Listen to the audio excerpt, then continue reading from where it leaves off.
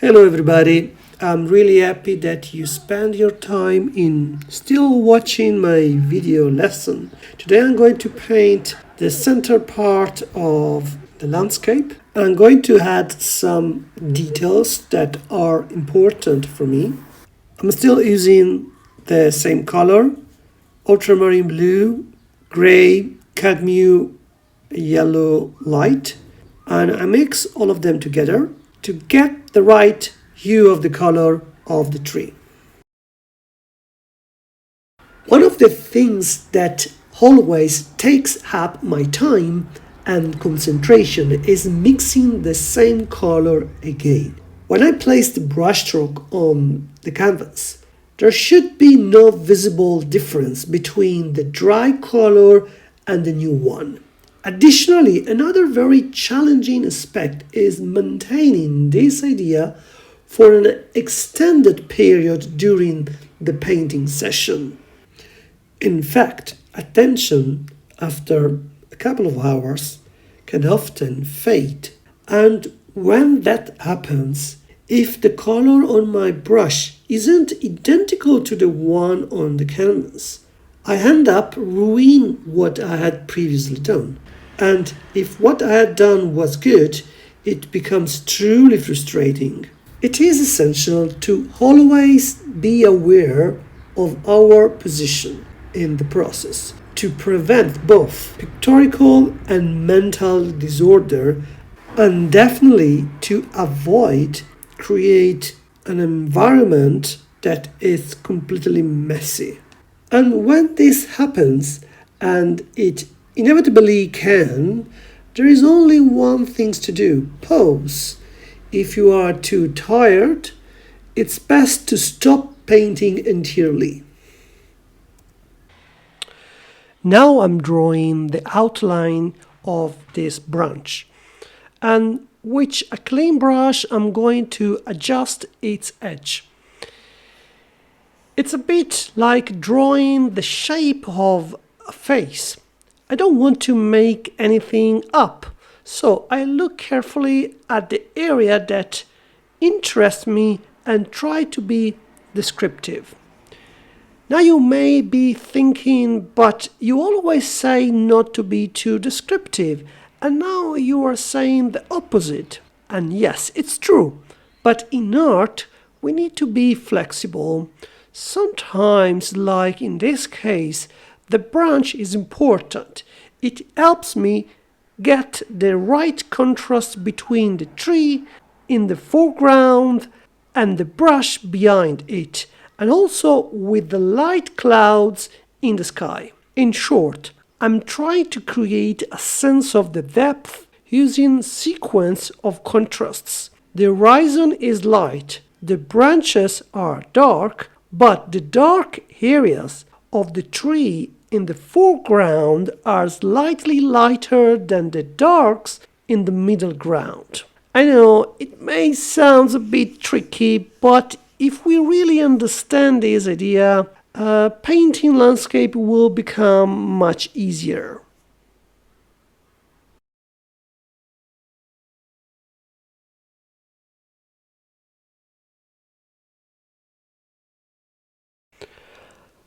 As I already told you, I certainly don't want to draw every single branch, but rather just a few that may be relevant. Branches in nature need to be observed carefully because they have their own rhythm, which must be understood, otherwise the branches won't look believable.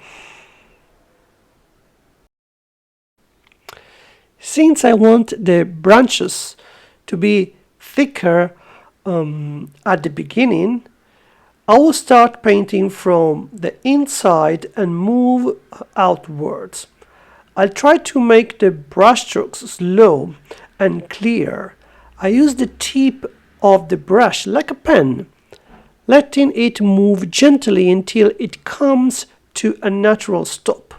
As I go along, the paint of the brush runs out, and this helps me make the branch thinner towards the end. This way the shape of the branch looks more realistic. We said that to create a sense of the perspective, the shadows of the bushes in the background should be lighter than those in the foreground. This rule works and it's generally true, but in this case I want to break the rule a little and paint the bush with strong contrast, just like in the photo.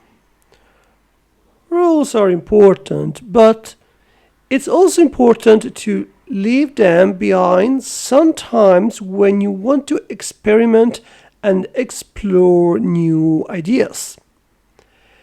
Anyway, behind the last bush, there will still be a light contrast of the sky, which will help give a sense of the distance and depth in the painting.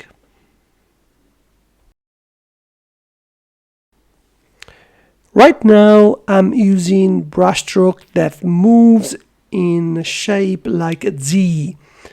The reason I'm doing this is because it helps me control both the shape of the shadow and the different planes that appear inside the bush. The diagonal brush can also be used like a blade, held in a vertical position. This allows me to create sharp edges, like the end of the road in this case. There are many ways to hold the brush. I always prefer to adapt the brushstroke depending on what I'm painting. If I want to create a more earth color effect, I don't just add cadmium orange, I also mix a bit of red oxide. If the color is right, I try to drag it into the green brushstroke to blend them together. I always aim to do it in one single stroke, even if I don't always succeed, but I keep trying. This is just my opinion in landscape. If I go over an area too many times to blend the color, I lose the sense of movement that I always see in nature. Now I'm painting the light side of the bush and I need to add a bit of titanium white. But I have to be careful. It's very easy to overdo it and that can make the color lose its chroma. In fact, the white rises the value of the color, but it also kills the hue of the color. This work of color mixing helps me be precise. I know it's a bit boring, but if I can find the right color, everything becomes much easier to paint. Another issue when using a photo is remembering what color the shadow was in real life. Often a cast shadow takes the color of the object where it comes from. In this case, it's a bit green because it comes from the tree. But in the photo, it's hard to see these clearly. A shadow isn't always just gray or brown. In fact, can be gray-green or gray-orange. It depends on the environment.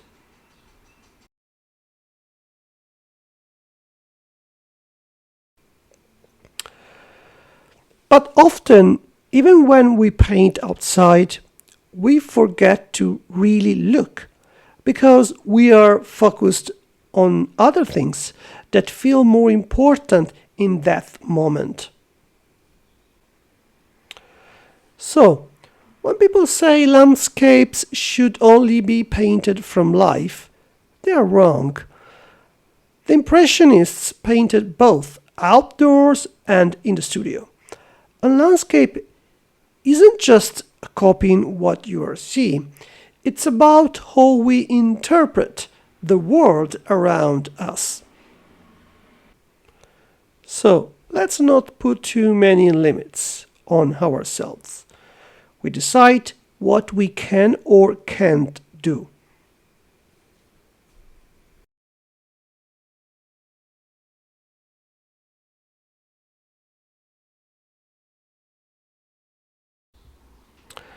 When I was studying at the Art Academy University in Florence, the art history professor gave us The Spiritual in Art 1911 by Wassily Kandinsky to read as if it was the Bible of modern art. In concerning the spiritual in art, Kandinsky says that real art should come from the inner need, not just from copying what we see. He believes that the artist's role is to express deep spiritual feelings and help people connect with a higher idea. Art, according to him, should speak to soul, not just to the eyes. Kandinsky criticized art that is only about looking beautiful or following popular styles or classical style.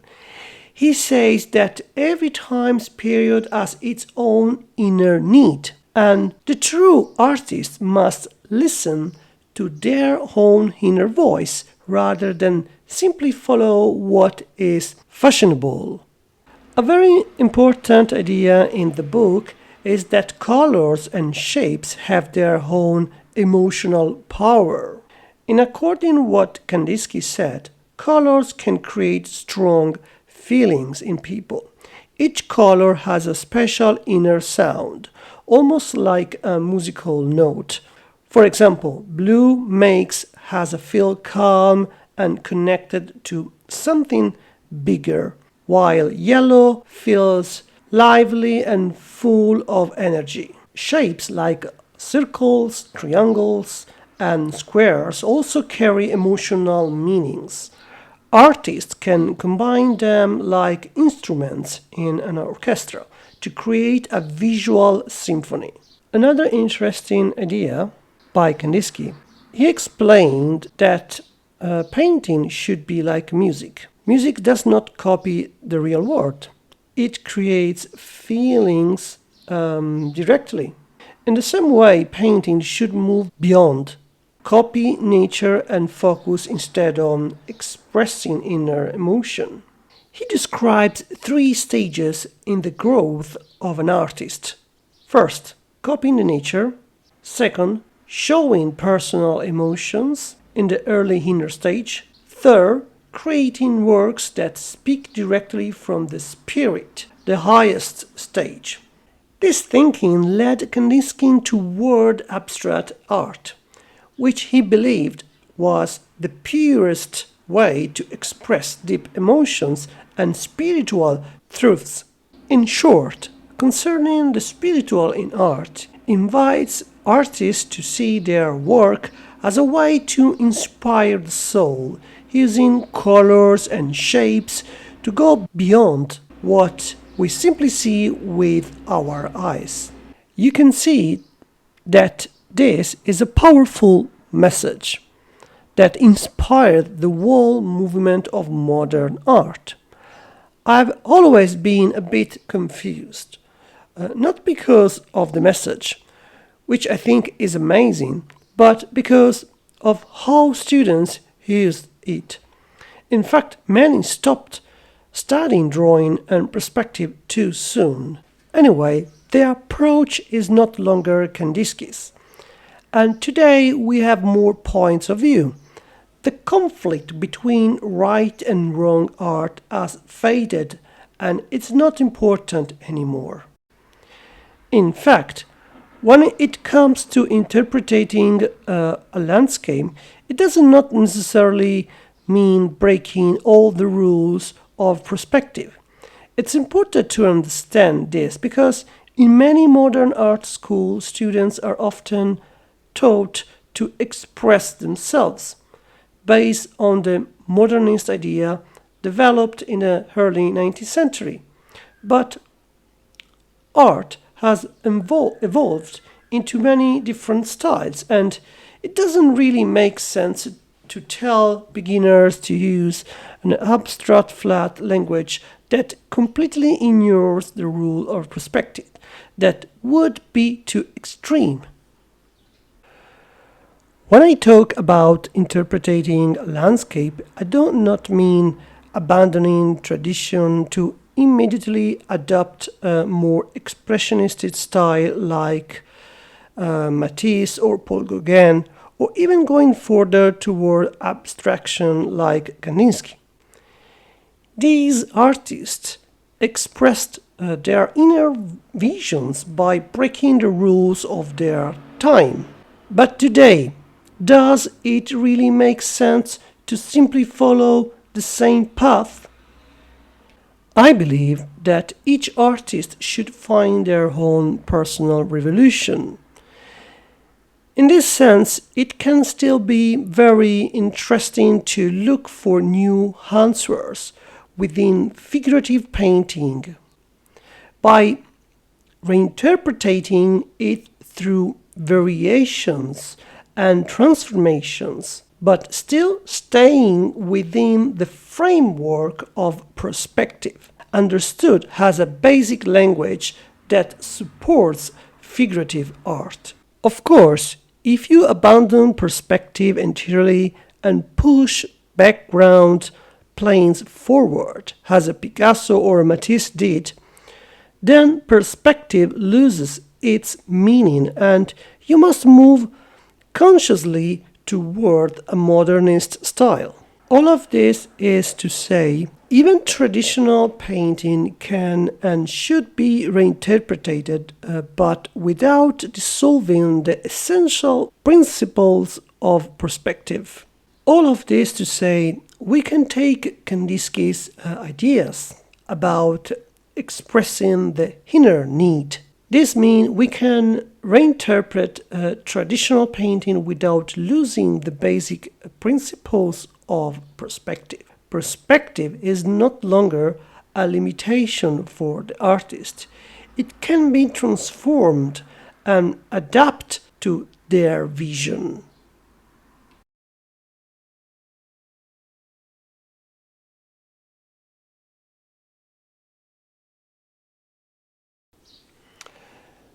Basically, what needs to be done?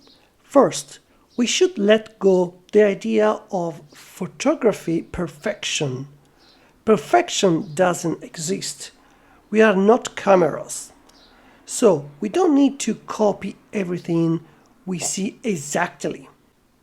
If I find a color combination that works better or is more interesting, I can exaggerate it even if it's not in reality. If there are not clouds, I can add them, or if there are not birds, I can imagine them.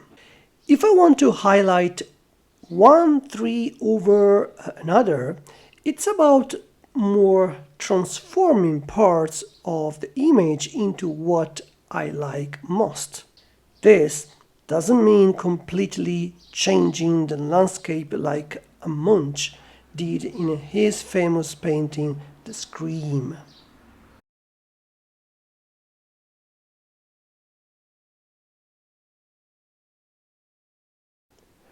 As you may see, I'm not copying exactly the clouds that are in the photo. It would be very boring for me and tiring. The small cloud I'm painting now has a darker lower part compared to the center of the cloud, and the lower part contrasts with a lighter cloud behind it. If you need to refresh how to paint clouds, just head back to episode 4 on my Patreon page. This cloud has a shape like an egg. If you are already painted the tree branches, as I'm doing now, don't stress about it, just paint the cloud right over them. Later on, you can easily go back and repaint the branches. I'm mentioning this because if you are too worried about staying inside the lines, the painting can end up looking really stiff and graphic.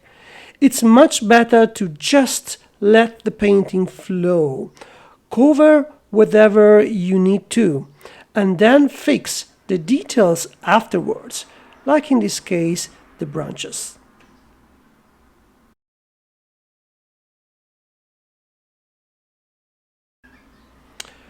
And if you're feeling tired or bored, don't worry, it's absolutely fine to leave the painting a little unfinished.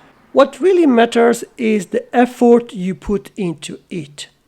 If you have worked with dedication, people will feel the energy of your work, not focus on what is unfinished.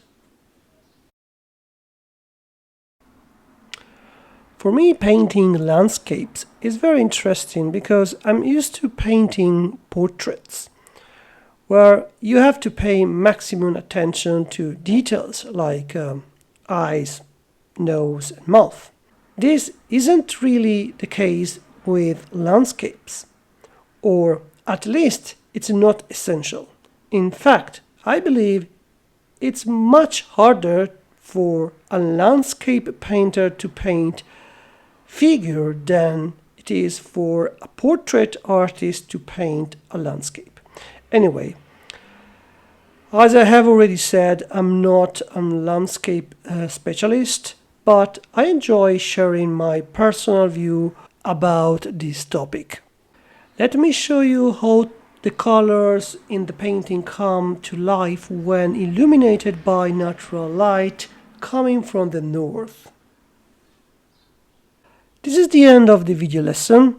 If you want to dive deeper into my technique, I recommend joining my Patreon page. There are other 6 lessons about this painting, and I'm going to talk about my approach and details. You can cancel anytime if you don't like it.